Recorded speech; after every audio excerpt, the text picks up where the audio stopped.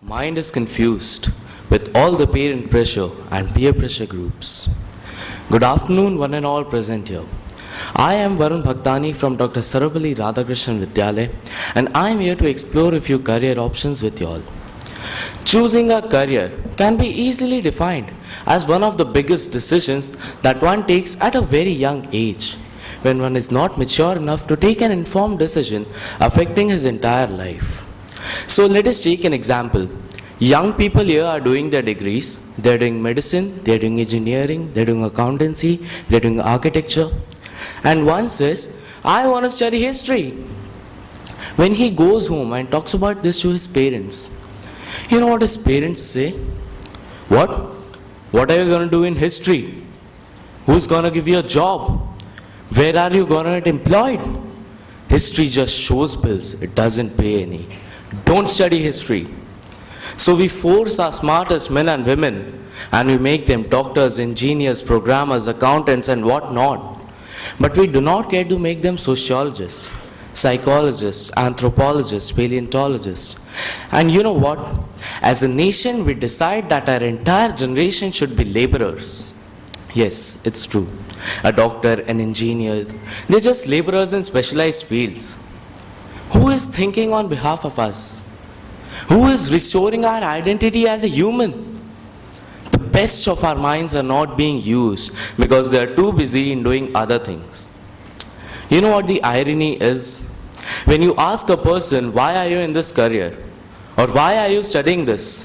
The only two answers you get are first, my parents told me, and second, it's a good job. So the only legacy we are leaving for the coming generation is that the most important thing in your life is to find a good job and be rich. I'm not against finding a good job. I'm all for it. But you know what?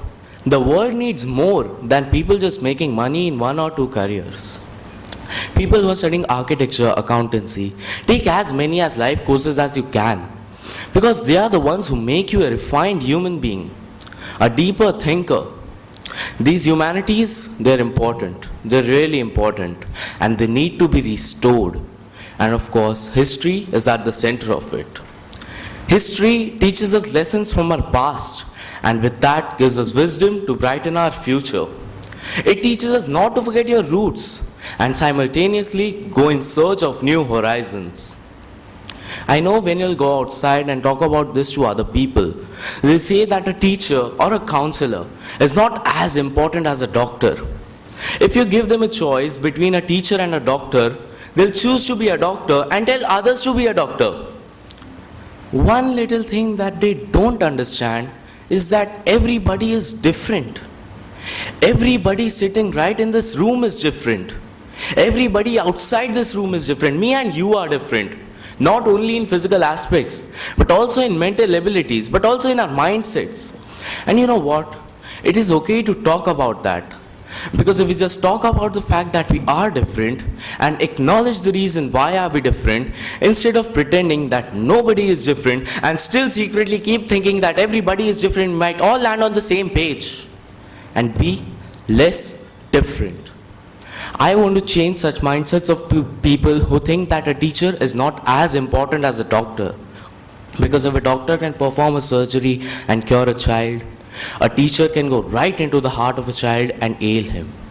A teacher approximately stands in front of 100 to 200 kids every day, each with a different mindset, each with different thinking abilities, and explains every aspect correctly. But what? They are underpaid and not given the respect which they deserve in the society.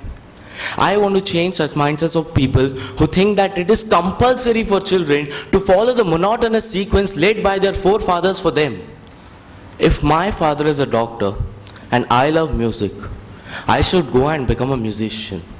If I want to pursue psychology, I should go and pursue psychology and not wait for others to tell me what should I do. I am the only one who should choose a career for me. This change, it has to start. And it will start when we realize the importance of humanitarian studies, along with the studies which give us professional and materialistic growth. In this mankind, everything cannot be counted in terms of materialistic success, because at the end we need humans and not robots.